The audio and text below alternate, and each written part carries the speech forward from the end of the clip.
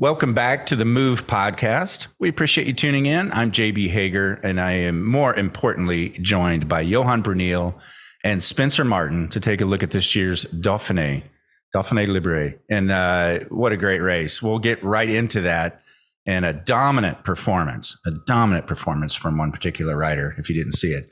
But first, let's check in with Lance with some of our partners. Hey, folks, you hear me talk about it all the time. I sweat my ass off, and I'm not afraid to say it. And this is my go-to electrolyte mix. Element. 1,000 milligrams of sodium, 200 milligrams of potassium, 60 milligrams of magnesium. No sugar, no gluten, no artificial ingredients, no BS. It is the real deal. And best of all, if you don't like it, give it to a friend. An Element will refund you. Special offer, free sample pack for our listeners. You can go in there, you can try out the different flavors, the ones you like the best, dial in your personal choices. This offer is available for new and returning customers. The offer is exclusively available through partners like THEMOVE. You won't find this offer publicly available. Head on over to drinklmnt.com/TheMove and get your free gift with purchase. Again, that's drinklmnt.com/TheMove. Exciting news. We have a new sponsor of our show today, Caldera Lab. Say goodbye to the generic face wash on your counter because Caldera Lab is here to save the day when it comes to your skin. Backed by a leading clinical trial where 9 out of 10 men experience healthier and visibly improved skin. They created a high-performance men's skincare product line by combining pharmaceutical-grade science along with nature's purest and most potent ingredients. You can start with the regime. That includes the clean slate, the base layer, and the good. As you know, and as you age, you start to see more fine lines. I sort of wish mine were still fine lines. They're not fine anymore. But anyways, also totally committed to transparency, sustainability, and excellence. Today, we have an exclusive offer for our audience so you can try for yourself why so many men trust Caldera Lab for their skincare needs. Get 20% off. All you got to do is head to calderalab.com/TheMove. Again, that's calderalab.com/TheMove. All right, let's jump in first talking about Jonas Vingegaard. Everyone wants to see what kind of form he's on heading into the Tour de France. And it was a show of absolute dominance. As Johan always says, another level. That's the best way to describe it. There's Jonas Vingegaard, and then there was the rest of the peloton for the most part. But first, let's talk about that, guys. We'll start with you, Johan, what you saw with his performance heading into the Tour. Yeah, absolutely, JB. You know, he already finished second last year in the Dauphiné, let's not forget. And I think he was the strongest rider last year. He had to wait on the last stage, I think, for Primož Roglič, who was in the lead. It's clear that Vingegaard, he started the season, he started winning. Then he got his ass kicked by Pogačar in Paris-Nice, went away. Then he won very dominantly, the same as this race, the Tour of the Basque Country. Then went to altitude for training and came back now and won this race. I mean, I'm not going to say with one leg, but he was super, super strong. I think if you look at his performance, he is at least right now at the level of last year's Tour de France. And there was nobody really there to match him. He had a super strong team, and he won 2 stages and was second in the time trial and second in the last stage. But he basically did what he wanted. He went away when he decided to, and nobody could follow him. And I think it's the confirmation that he's the defending Tour de France champion, and this performance and this result puts him really as the big favorite for the Tour de France, in my opinion. You always wonder, I want to get your thoughts, Spencer, but you always wonder what happens to these young Tour de France winners. Like, you go home to a different life, different fame, and you wonder if it gets in their head, messes them up. That's happened to some riders in the past. Clearly not the case with Jonas Vingegaard. Yeah. And he kind of looks like he would be overwhelmed by it. You look at him, like, I don't know if you guys watched, he was getting flown back on a private jet to Denmark after the Tour last year. And there was what looked like 1 million people waiting for him when he got off the plane. And he kind of looks overwhelmed, and he does not look, you don't look at the guy and you think this is a destroyer, but clearly, like, he's stronger this year right now than he was last year at this point when he won the Tour. He's clearly not missed a beat. I agree with Johan. He's got to be the favorite for the Tour. Tadej Pogačar is hurt currently. That's not ideal. But I'd say the big takeaway from this race is Vingegaard was strong in the time trial, stronger than he was last year in the time trial of the Dauphiné, strong on the punchy stage 5. And those two things are going to be super important in the Tour. I think the Tour comes down to how strong are you on punchy climbs and the time trial. And it's going to be about surviving and kind of just holding serve in the high mountains. And like he showed, he's capable of matching anyone in the world at that right now. One of the things I noticed too, he doesn't even need to attack. He can stay seated and just ride away from everybody. Yeah. I mean, especially today, if you look at today, that last acceleration, he didn't stand up. He didn't get out of the saddle, and it was super, super steep. But I think, if you look at his performance and his level right now, it's obviously great to be in that kind of shape. It gives you a lot of confidence. Nobody has to be super, super nervous. You don't have to do a race against the clock to get ready, right? There's a few others who have to do that. But still, from the Dauphiné to the Tour, it's still a while to go. A lot of things can change. And it's a long time to maintain a certain shape. Add to that with that performance, with that dominance, all the weight of the Tour de France is going to be on him and Jumbo-Visma. There's just one team and one rider who's going to be favorite. It's not like there's two guys, because Pogačar right now, he's not racing. We all know that he was hurt. He was in great shape until he had that crash. But he can take advantage of that, saying, okay, you know what? Hey, I'll see how it goes. And that's probably how he's going to have to take the race too. He will have to see how it goes and take it day by day, which is sometimes a better situation than being the big favorite and having to be there day after day, being in the front, having to control the race with your team.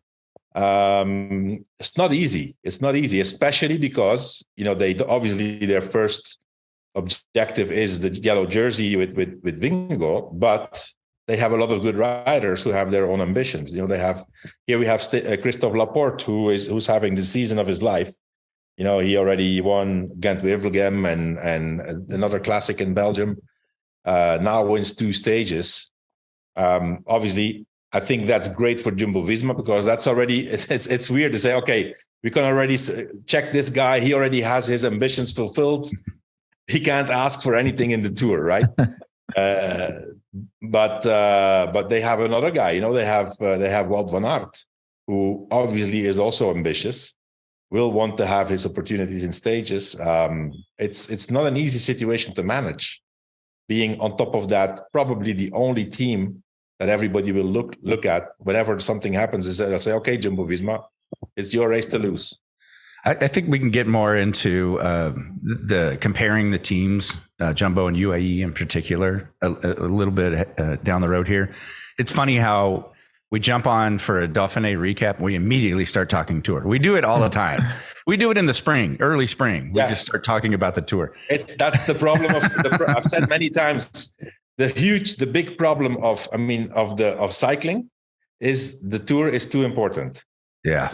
That's the big problem. And that's why the Tour has all the power, why everybody wants to be at the Tour, everybody needs to be at the Tour. It is the platform where everybody wants to be seen, everybody wants to show their sponsors and how good they are. And also, typically, the Dauphiné, it's kind of a mini Tour de France, right? It is in France. It has mountains. It has a time trial. It's the same organization as the Tour. So, but it's clear that it's normally it's seen as the best preparation for the Tour. I also love how Johan's takeaway is Jonas Vingegaard is actually disadvantaged by being awesome and winning this race.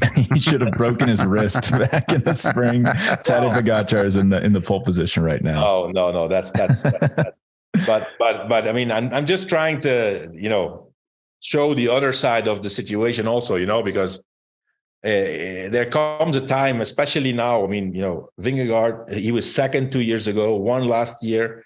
shows. I mean, and he was able to beat Pogačar big time last year, right? Not just with a small margin. He won big time. He on the Granon and on Otakam. And so, yeah, I mean, now they have to deal with that responsibility. And yeah, I mean, they have their, anyway, Jumbo-Visma, they're super strong team. They can do it. They can do it. Speaking of super strong, you already mentioned that Laporte had a couple of wins here. Let's talk about that, the strength of it. And one of those wins is just the most, I can't remember if it was stage 1 or 3. I think it was where you nip the guy, the breakaway with less than 100 meters to go. Mm-hmm. Mm-hmm. Like those, if people want to go watch a highlight, those are just wonderful and painful to watch at the same time. I think it was 25 meters to go, JB. Yeah. Well, he still got third, right? That's how crazy it was. It was an incredible move. I mean, he was 5 seconds from being caught with like 15K to go.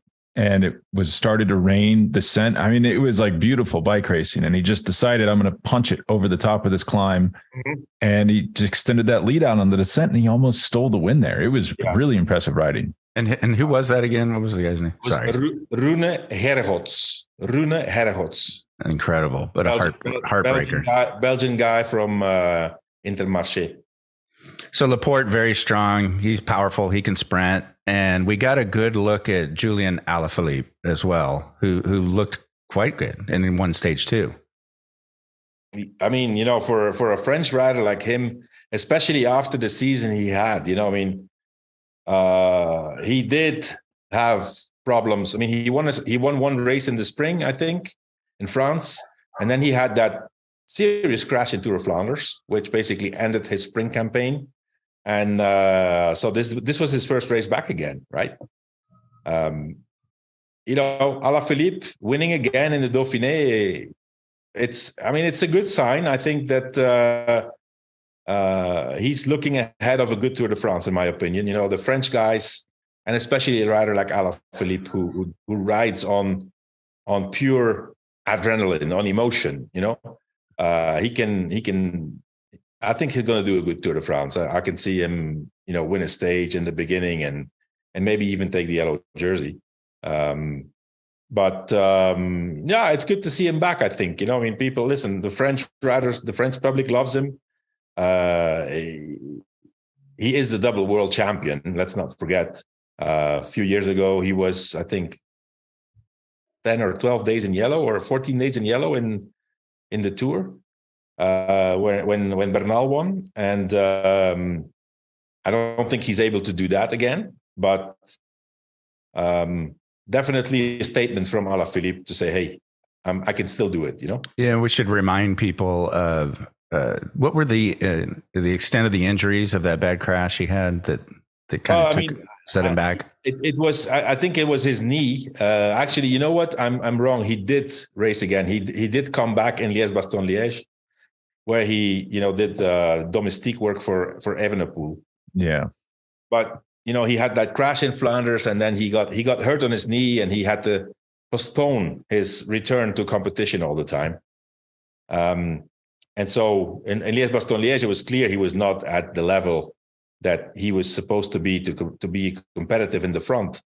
It shows that he has done a lot of work. He's gone to altitude, to Sierra Nevada, south of Spain, and I liked what I saw from Alaphilippe. Although this is not the Alaphilippe that we've seen in his prime, but he's still good enough to take a few stage wins. Yeah, we were kind of debating this before in the pre-record, the members meeting where, Alaphilippe won between 2018 and 2019. He won 24 pro races. That's a lot, and since 2020, he's averaged a little over 2 wins a year. 2 of those were world championships. So, and I think 2 or 3 are Tour de France stages. So he clearly can still win big races when called upon, but across the rest of the calendar, he's not as dominant as it used to be. Probably some of that is the rise of riders like Laporte. Like if Christophe Laporte never goes to Jumbo, Alaphilippe probably wins more stages here.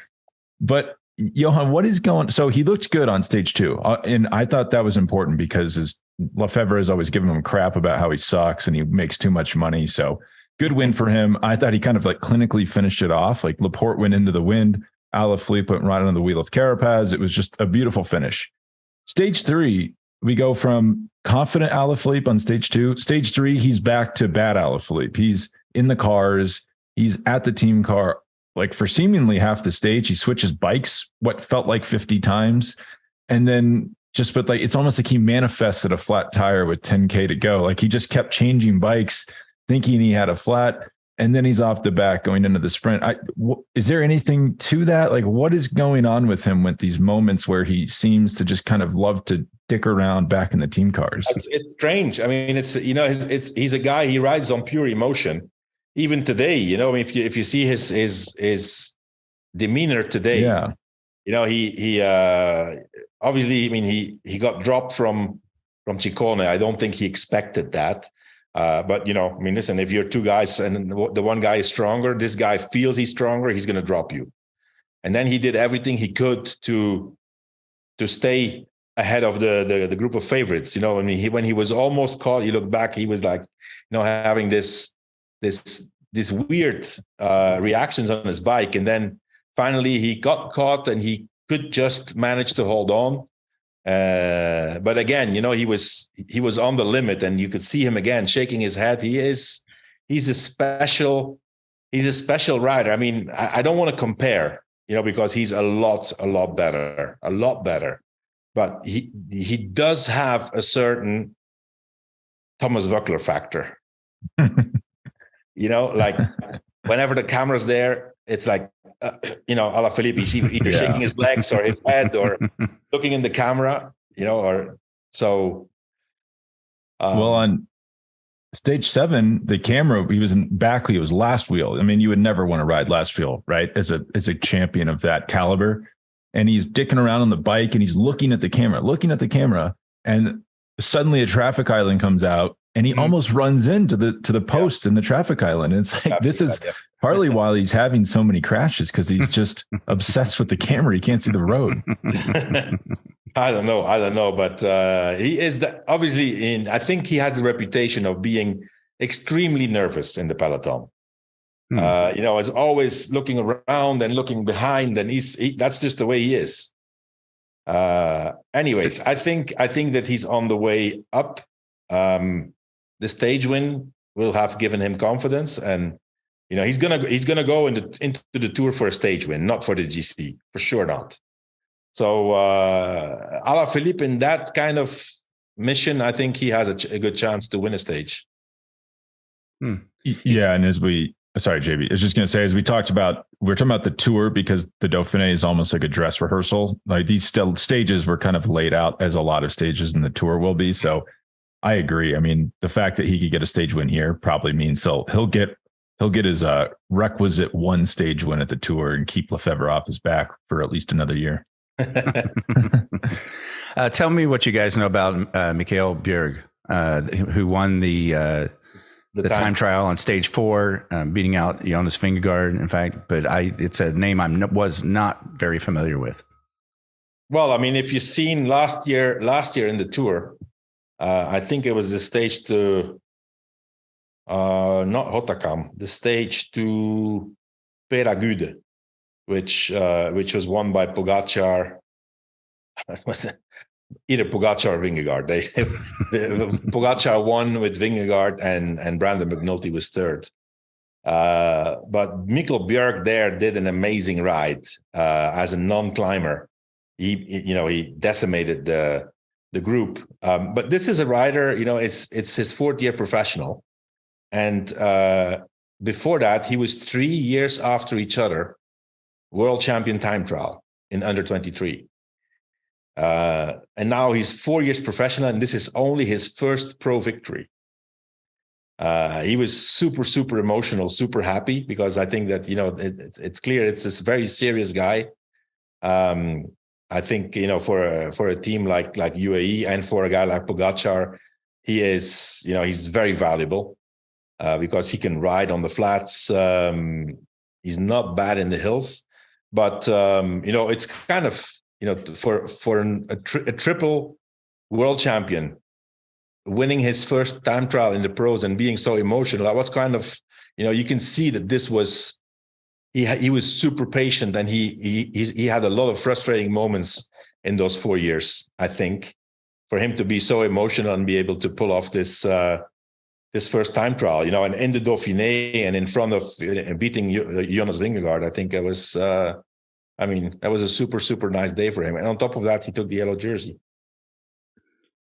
Yeah, it's a tough time for time trialists, right? So let's say you come in, you're U23 world champion, and then it's like, oh, well, you just have to beat Filippo Ganna, Remco Evenepoel, Primož Roglic, Wout van Aert. Like, it's not fun trying to win time trials in modern cycling. I was really impressed by his pacing. Like, if you look at the splits, Vingegaard comes through the first time check smoking, like flying. Berg was a little pedestrian, and he just got faster and faster and faster every split. I guess in running, you'd call that a negative split. But it was kind of an uphill drag for the last 10K, and he just smoked that 10K. Like, I thought just a really composed ride. I was really impressed. Mikkel Bjerg is a rider I think a lot about, oddly, because so you'd think, okay, he's a time trial specialist. He gets the win. Big deal. Whatever. But you go back, you look at his results from earlier this year, 6th at Ghent-Wevelgem. That's really good. 15th at Tour of Flanders. Like, that's very, very good. And then he wins his time trial, and you think, like, is this guy a climber? Is he a time trialist? Is he a classics rider? It almost feels like it's like Matteo Jorgensen or someone like that, where you feel like he could just choose his own adventure as he goes forward. Like, where do you see him going, Johan and JB, from here? Who? Bjerg. Well, I think, he's obviously, I think he's good at UAE where he is right now. He's very, very valued there, very, very appreciated. So I think he's going to stay in that role, once in a while having his chance for a stage win and in some secondary races. And it's hard to call Dauphiné a secondary race. But I personally think that this is going to be his role, kind of super, super domestique with sometimes the freedom to go for a win, Another little detail is he's married to a professional cyclist, Emma Norsgaard, who's a Danish rider on Movistar, very fast sprinter. So it's definitely a cycling family. Wow. That's I never thought about this before, but that's a really interesting and cool place to be if you're a time trial specialist and a super domestique, right? Because when you do get those stage races and the time trial, you can race for yourself. Well, a lot of really good domestiques don't get that opportunity. Yeah. But when you can time trial, you get to cut loose, right? Yeah. Well, as long as you're back, ready to be on duty for the day after, and you have not completely emptied yourself. And the next day, so he crashes with like 10K to go in the next stage in the yellow jersey in the Dauphiné, pretty big race. And the team just leaves them. They're pacing for Adam Yates on the front. Yeah. So I think it was like a quick trip back to reality for Bjerg. Yeah, I think personally he was confident he could keep it. Which is at the end of the day, you see how big those little things are. Even even if you're not gonna be winning the Dauphiné, but just one more day in the yellow jersey in the Dauphiné for him would have been a great performance, and he was fighting like a lion for it. Unfortunately, he got taken out, I think, by another rider at the bottom of the last climb. And but yeah, I think with that kind of shape, we're going to see Mikkel Bjerg in the Tour setting the pace on some of the climbs. All right, and let's talk about stage 6. Zimmerman gets a win, and that's the first this season for Intermarché, where we were talking about Intermarché a lot last year in the spring season. Yeah, this year not so much, Spencer.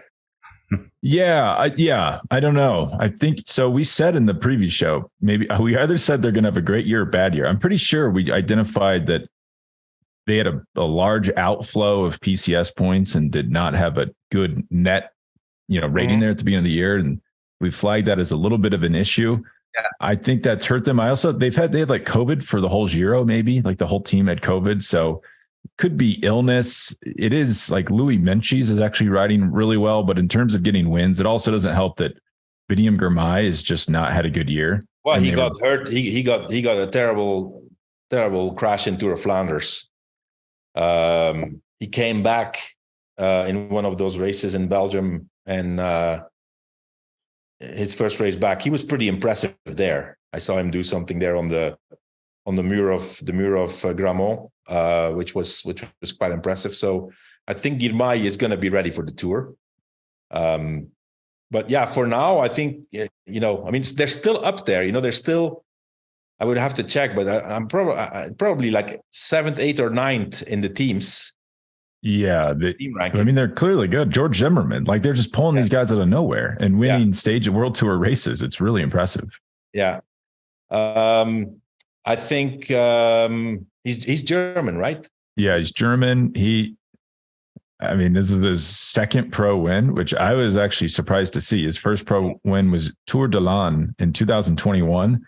Okay. I don't know if I was wondering, like, does anyone in the breakaway know that this guy's going to beat them if they take him to the line? Like, I don't think they were watching Tour de l'Ain in 2021. He's a good climber. He's a good climber. He is a good climber. Yeah. And, should we talk about stage 5 really quick where Vingegaard won? That was impressive because that was not like a real mountain stage. And he, the way he went, first of all, I was surprised to see that attack from Carapaz. I don't know. Obviously, he comes from a period of no races. Obviously, has been training a lot at the altitude. Had won a race just before the Dauphiné, the Mercant Tour Classic or something in the Alps or in the Alpes Maritimes, and the competition was not super there, but obviously he thought he was in great shape, and that attack he did on that stage 5 was first quite impressive. Dropped everybody but Vingegaard, and Vingegaard was just staying on the wheel, and I said, what is Carapaz doing? He was just pulling him for more than a kilometer.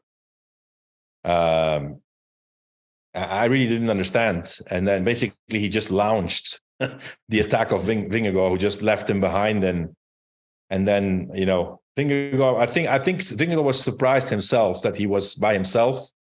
But once he saw that, he just, head down and went full gas to the finish with 20K to go. So that was, a sign on the wall that this was going to be the Vingegaard show, Kind of reminded me of Geraint Thomas leading out Mark Cavendish at the last day of this Giro, where it's like, oh, it's just heartwarming to see Richard Carapaz leading out his good friend Jonas Vingegaard for the stage win.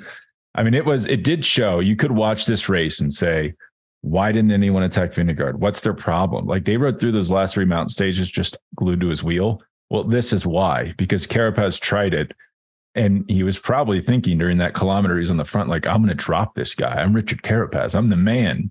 And then it's like, oh no, what have I done? And then, he ended up losing time from the group, the chase group, because he was probably in a hole from that attack.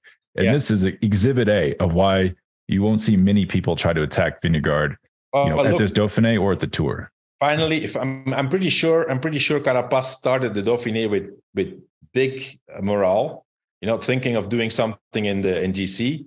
He made that mistake, attacking Vingegaard, finally ends up in the GC after 8 stages, 33 minutes down. That's what happens, when you're over motivated and overconfident.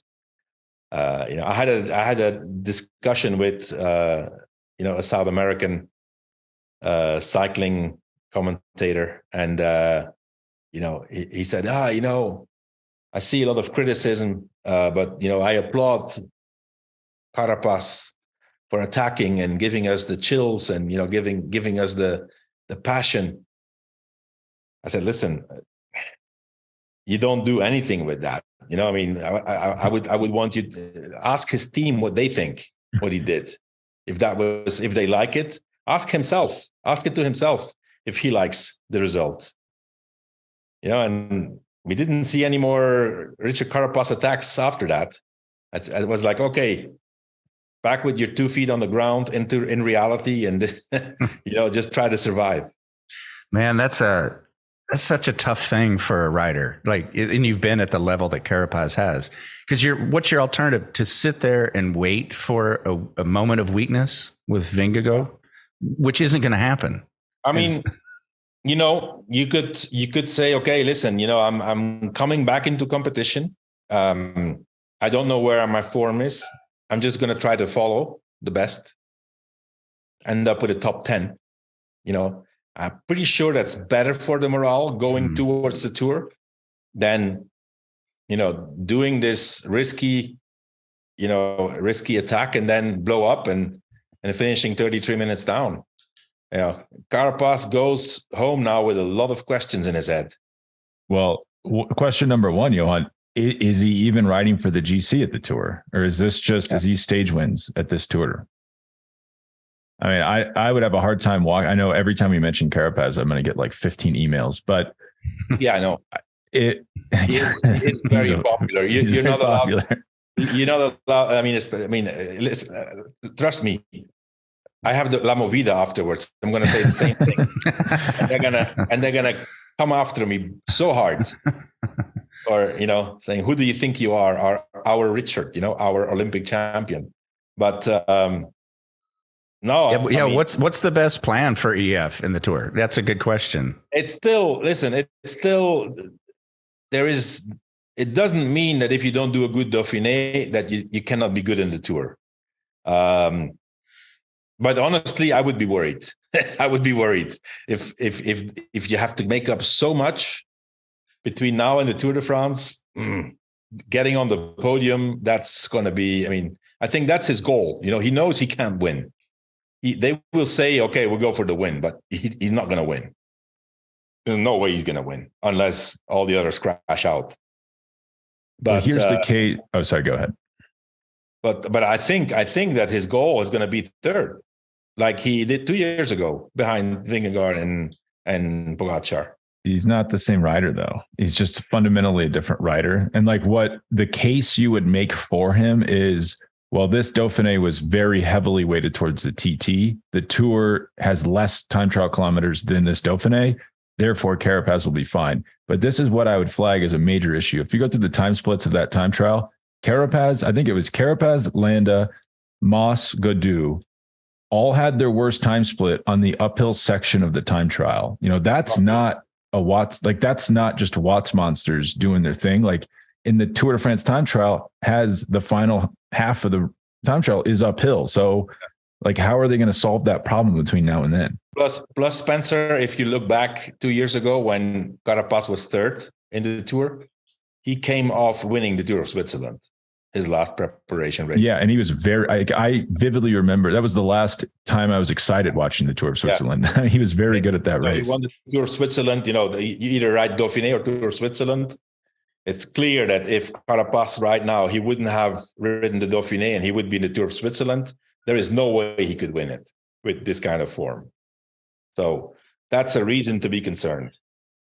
Is it my imagination playing with me, or is it becoming more popular to do time trials that have some either lumpy or an uphill towards the end? Is that gaining popularity, or has it always been around? I think we just have fresh in our mind, of course, the time trial of the Giro, but the time trial in the Tour it's not really a time trial. It's a climbing time trial, and there's how long is it? What is it, like 20K or something? 21K. Yeah. And then the last half is basically a climb. Yeah. Not as crazy as what we saw at the Giro, but similar. Right. It's obviously, JB, it's obviously also designed to try to have a French guy closer to the podium. They're almost hurting their chances. Well, I mean, okay, you know what? I mean, for a guy like Gaudu, who is obviously their best shot, it's better to have a time trial like this than having two flat time trials, even short. I mean, 2 times 20 kilometers time trial. I mean, look, he lost 2.5 minutes in a 40-kilometer time trial. So that's obviously better for Gaudu than I don't think they could justify no time trial. I think that would be a bit too much, a bit too obvious. That would be awesome, by the way. No high mountains, no time trial. I want to see that tour. But if you go back to like Johan, when Johan was reigning over the tour, those I had a lot of time trials. Like I was reading about the 2007 tour this morning. There was like, oh, no one was worried because there was 110 kilometers of time trialing remaining after the first time trial. I don't think people look back fondly on that. I think Jean-Marie Leblanc went a little time trial crazy. And so they're trying to maybe get away from that, JB, which is why you're noticing some more exciting time trials. You know, that just says a lot about you, what you just said, Spencer. You're a unique person. This morning, I was reading about the 2007 Tour de... You are a freak.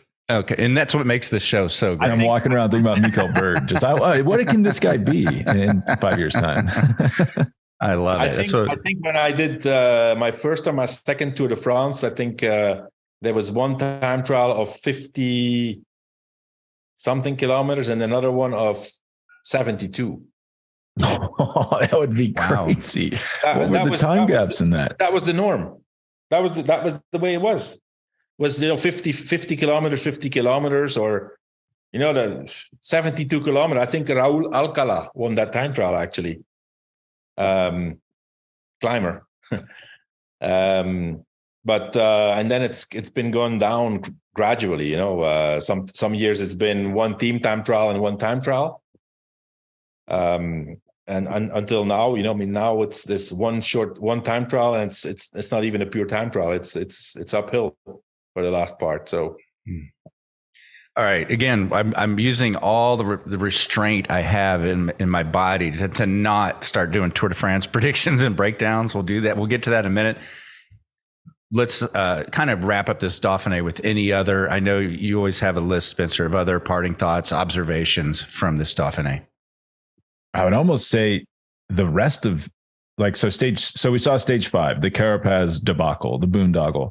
Stage 6, 7, and 8 were almost just a response to that, where I was shocked how tranquilo it was. Nothing happened. Like George Zimmerman wins out of the break stage 6. Vingegaard attacks because he's sick of people attacking him in the final. He just rolls over looking so relaxed. It was kind of scary. Like if you're not a Vingegaard fan, you don't want to see that. Stage 7, he wins. Really impressive. Just dominates everyone on the. I think that's the first time I've ever seen a race finish on the Col de la Coiffure. Is that right, Johan? Me. I don't remember either, and I think it's even a different side of it.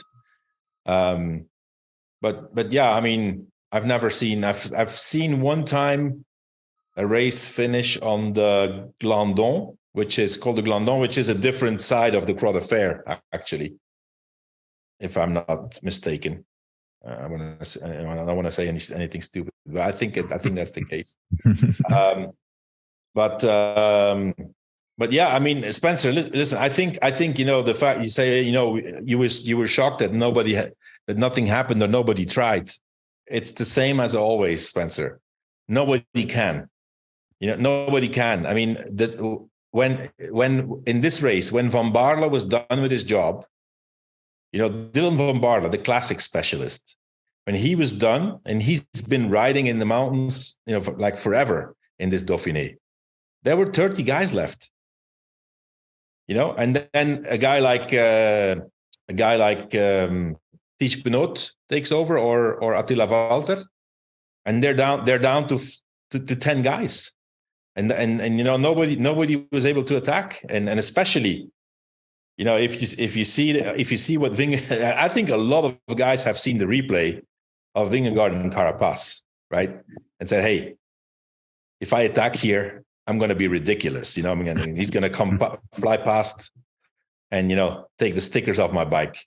Well, I guess Adam Yates was a little spicy today, but as he was always staying within himself. Same thing on Col de la Coiffure. Like Vingegaard went, Yates didn't even attempt to respond to it. It was he's a very smart rider. That was the right decision.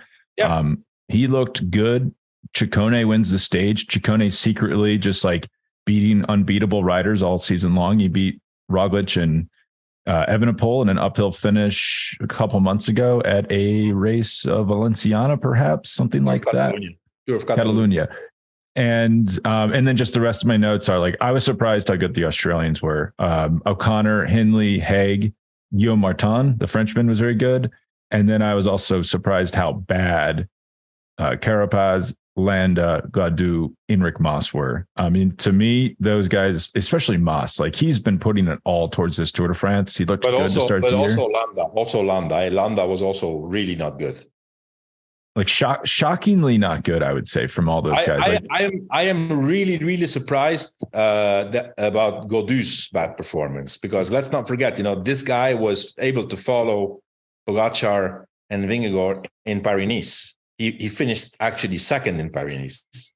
He was better than Vingegaard, and so I don't know what went wrong there. I mean, they obviously the French teams, and especially Gaudu's team manager Marc Madiot, has been complaining about they're always at altitude and this and that. Now they're going at altitude, and it seems it doesn't really work for them. Well, I don't want to be unkind. I just watched Tour de France Unchained last night, the Netflix documentary. It's pretty good. I would recommend watching it. But one thing that sticks out, and I don't want to just be like, oh, I'm just slamming French teams, but I was shocked at the lack of any useful information those riders are getting from their team manager. It was kind of ridiculous. It's almost like, is this a spoof of a Tour de France documentary to like show how poorly some of these teams are run? So it does not shock me that they just discovered altitude, even though they live in France and there's the Alps there, the root word of altitude.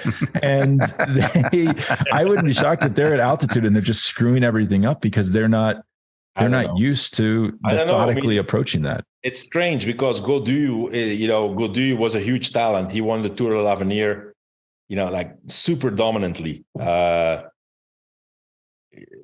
Okay, he finished fifth last year in the Tour, right? So let's not forget that. And he was second in Paris-Nice.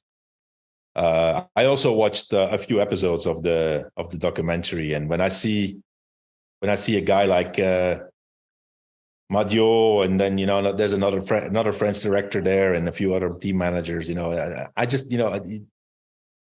to stay where they are, you just have to be a good talker. These guys are great talkers. Like they talk. They have a great way of talking, but makes no sense. Madiot is fucking the king of talking bullshit, I mean, he's just always there yelling and this and preaching. But does it really bring them something? No. And there's like the stage Bob Jungels won, which Ben O'Connor started, by the way. It never should have happened. That was ridiculous to see. Yeah. But Jungels is up there. You want to give him prescriptive advice, 15K flat, 20-minute effort at this wattage. The climb starts, try to get away before the climb. No, they're not doing any of that. They're just screaming in his ear. Like I would not be able to keep the earpiece in if I was him. Well, Bob Jungels was saying that, by the way. He said, the DS was super, super passionate, and he was yelling. He was always screaming his ear off.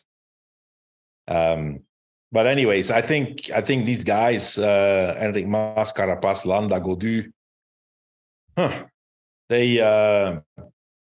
they're going back home or wherever they're going back to altitude after this Dauphiné, not feeling that great. I mean, it's they cannot feel great. I mean, even if they're not level or if they're not up there with the top guys, but at least be close. You need to be close.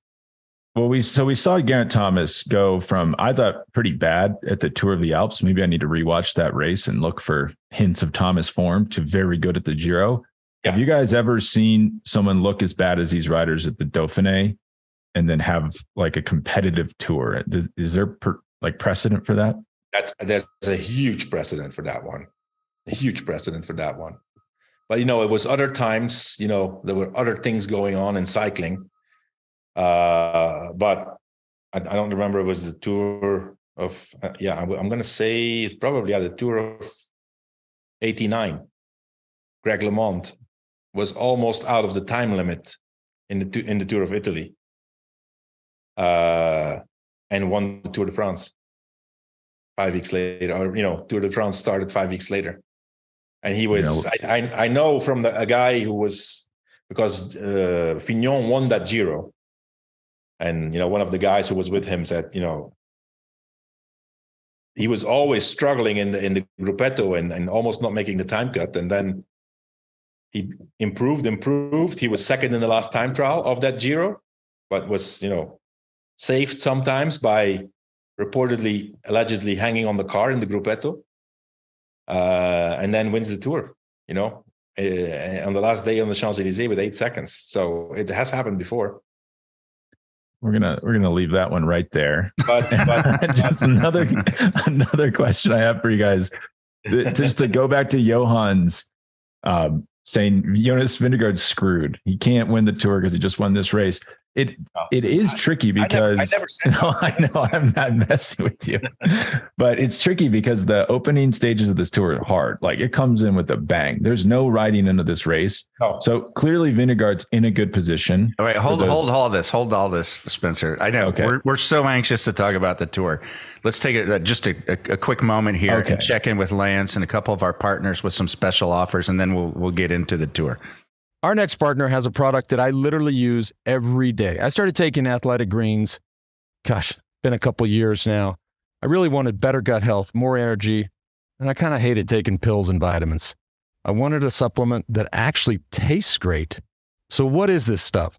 75 high-quality vitamins, minerals, whole food source superfoods, probiotics, and adaptogens to help you start your day off just right, all for less than $3 a day. It's really about taking control of your health. Right now, it's time to reclaim your health and arm your immune system with convenient daily nutrition. Let's make it easy. Athletic Greens is going to give you a free 1-year supply of immune-supporting vitamin D and 5 free travel packs with your first purchase. All you got to do is head to athleticgreens.com/themove. Again, that's athleticgreens.com/themove. Let's talk about HVMN. All right, we're talking about the company that has really perfected this idea of ketones and ketone esters. This has also become a part of our daily protocol, not just myself and George, but our friend JB Hager. He was laying around, thought he had, COVID brain. HVMN and ketone IQ snapped him right out of it. We often hear that fasting and exercise are good for the brain. There's so many other ways to do it. By the way, the ketone IQ has the ability to cross the blood-brain barrier, which is pretty unique, and also used by the special forces, not just here in the United States, but around the world. And as well, as we talk about all the time, 60% of reportedly, and upwards of 60% of the peloton is using the ketone IQ from HVMN. Head on over to hvmn.com. Use the promo code THEMOVE at checkout. That saves you 20%. Again, that's hvmn.com, and the promo code is THEMOVE. All right. You guys are like sled dogs. I have to hold back, of just taking off talking about the Tour because you love it so much. Now let's get into this. And what came to mind with me is, you usually have the Tour favorites do Dauphiné or Tour de Suisse in preparation. Pogačar has, the injury. He's thrown off. He's not going to do Tour of Slovenia leading up to it. And then we saw this just dominant Vingegaard. So now we're seeing a really unique position where two guys were head to head, and on any given day, you could say one is a favorite. What do you guys think now? Go first, Spencer, because I cut you off. It's got to be.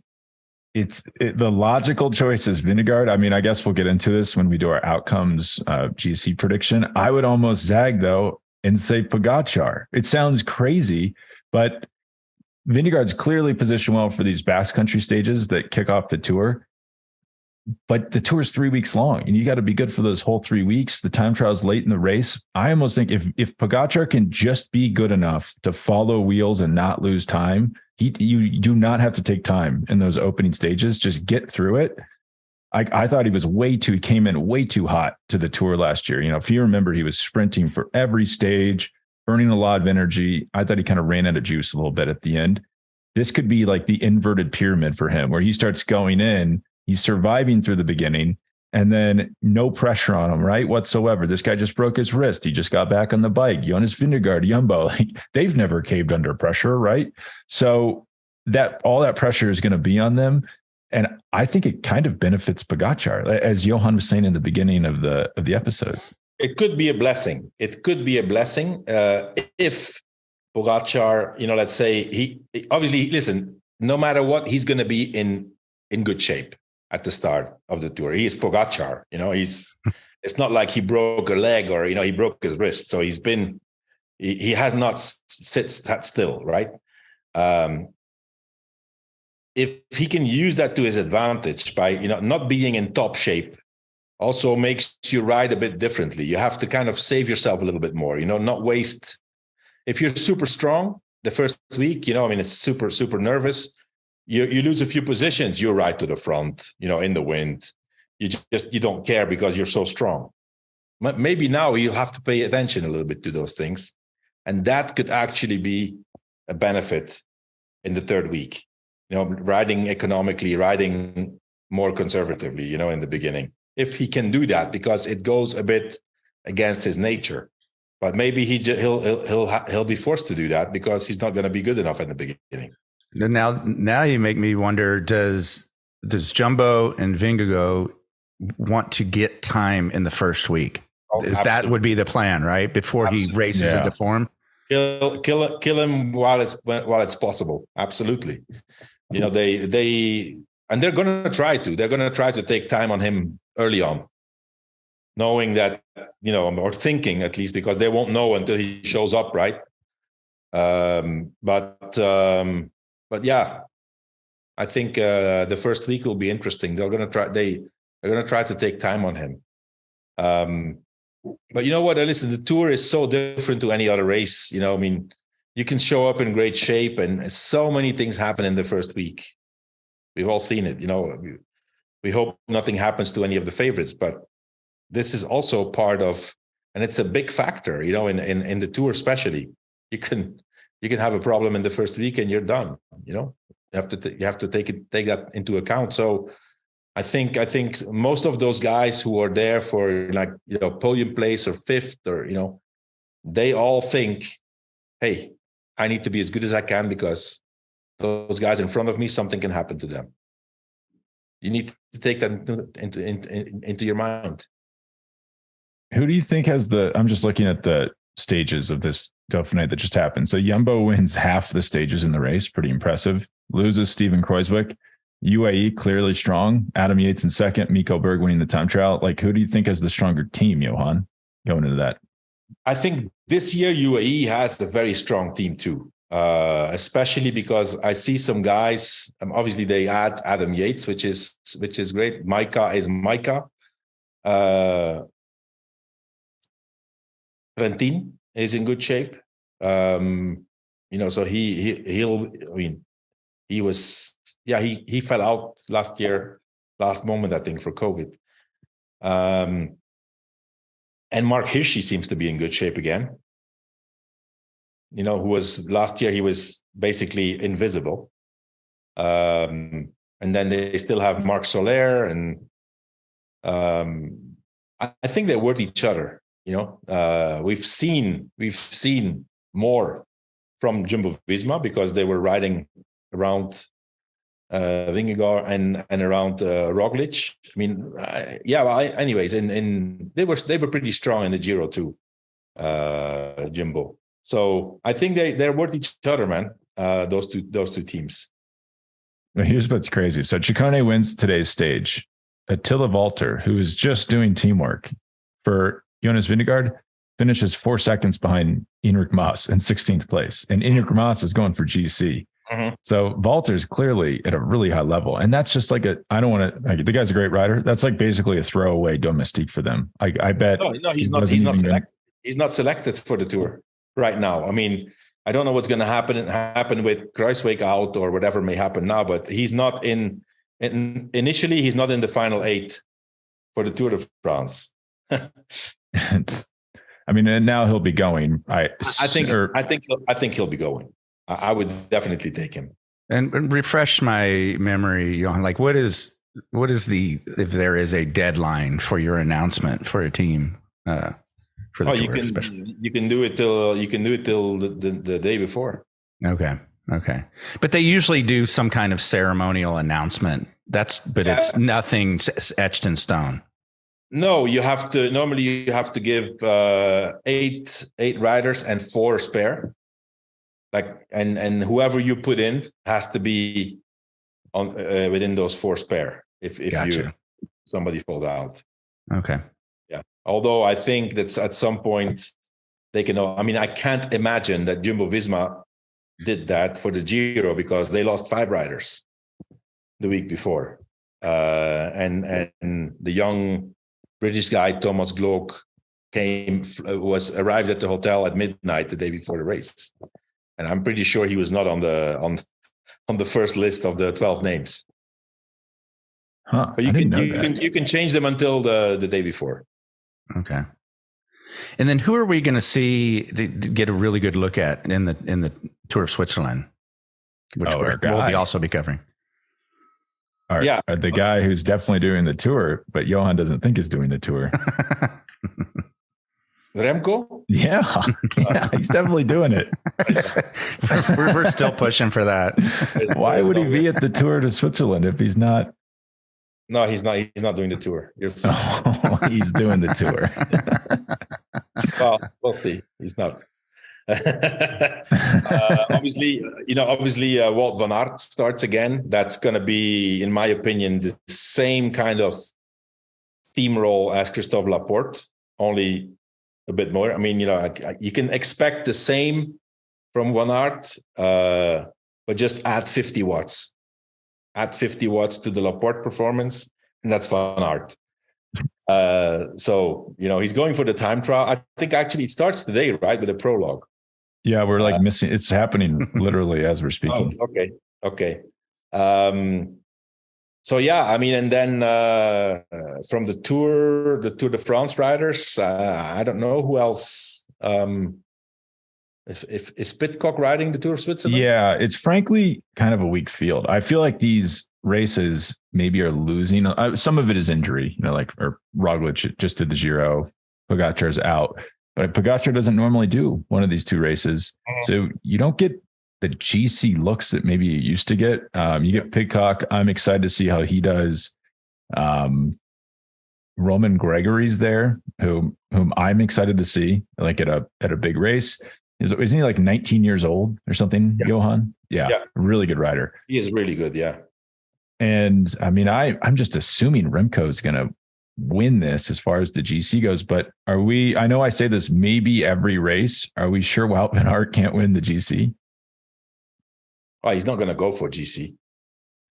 They need to give him the Cancellara Switzerland route where they took out all the mountains.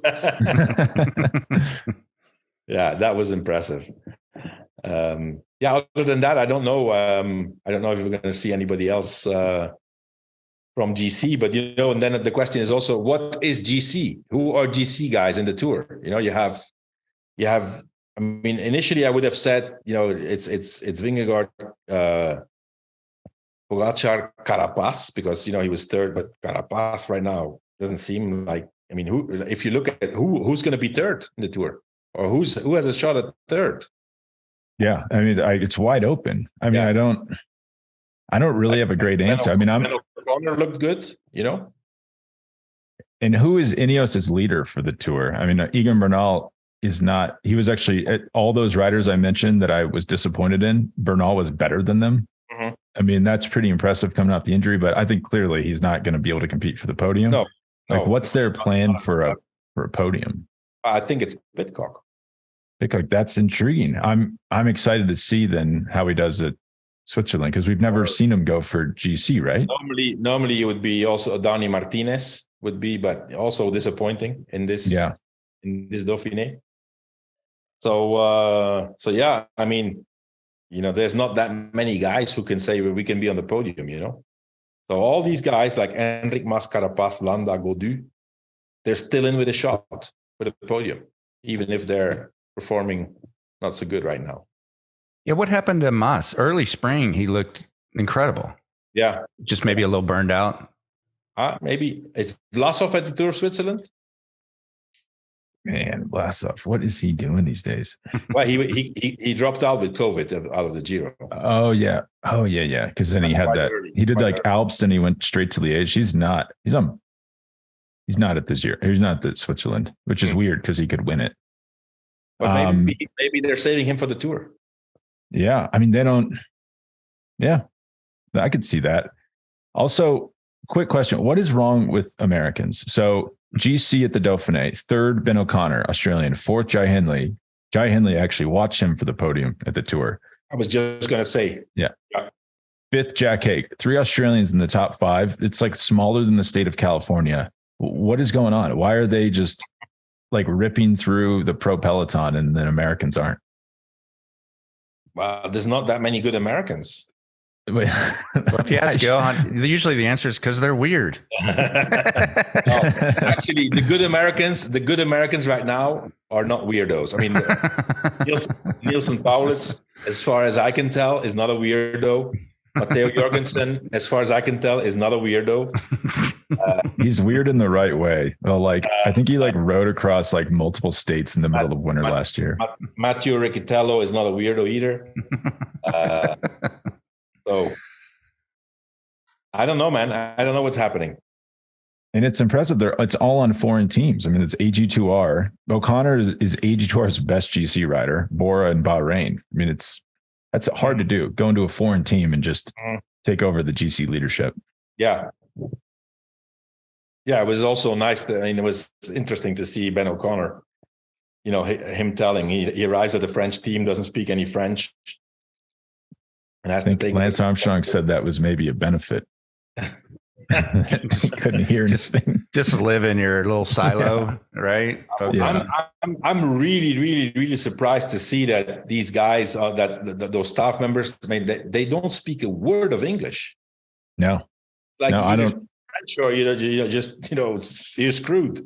They don't speak a word of English. Nothing. You think the riders would pick up foreign languages quicker today with all the tools at their disposal and apps and quick lookups on your phone, whereas opposed to in your area, you had to pull out a dictionary and find the word? I learned Spanish with cassettes. It's not I talked to Larry Warbus, who joined AG2R, and as Johan saying, there's no English, so better learn French, buddy. And he just, for 3 months, I think it was October to December, just went to a French language school in Nice, all day, every day. And then he had to be fluent by January, or at least know enough to get through a day in the life. And he does pretty well with the language, I think. Yeah, I think he had lived in Nice too. I mean, but also, so also, especially when you're an English speaker, you really don't need to speak any other language, because normally almost everybody speaks English, or at least has, some kind of way of communicating in English. French, there's not that many people in the world who speak French, Yeah. Well, I think on this note, we'll kind of wrap things up. We're going to be back, this crew, for a Tour of Switzerland recap. And then the Tour is right around the corner. I mean, we're literally starting to pull things out in gear-wise and getting ready to head to Colorado to do our coverage from there. I'm really looking forward to that. And Spencer, I think you're coming up from Boulder to Aspen to do some kickoff with us, right? Yeah, I think I'll be on the preview show the day before the race. So excited to get up to Aspen for that. Yeah, that's going to be awesome. So we'll wrap up. Again, we'll be back next weekend, a week from now, for the Tour of Switzerland. As you mentioned, started today with the prologue. We'll probably go jump over and watch that. But thank you, everyone, for tuning in. Thank you, Johan and Spencer, for your time and knowledge. Greatly appreciated. And we'll talk soon. Thanks, JB. Let's talk about sleep. More specifically, let's talk about Helix sleep. As you all know, so many of y'all listeners out there are pushing yourself hard, whether it's on the bike or on the running trail or in the pool or in the gym. And sleep is one. That's the best hack I've ever come up with. And fortunately, my entire life, I've been a good sleeper. But guess what? It's gotten a lot better because I only sleep on a Helix mattress. Here's a question for you. How long have you had your mattress? How has your sleep improved? Well, now we have an answer to it. With Helix, you go on their website, take a 2-minute sleep quiz, talk about your sleep, talk about the characteristics of what you like and what you don't like, what you'd like to improve. And voila, you have a totally custom mattress shipped directly to you. And by the way, don't forget the little ones. Helix Sleep has kids mattresses specifically designed for children 3 to 12 years old. Check this out as well. Parents Magazine just named it the best mattress winner for their little ones out there. And also Wired Magazine and GQ Magazine named Helix Sleep one of the best mattresses on the market. Helix Sleep is offering up to 20% off all mattress orders and 2 free pillows for our listeners. Go to helixsleep.com/themove. Again, that's helixsleep.com/themove.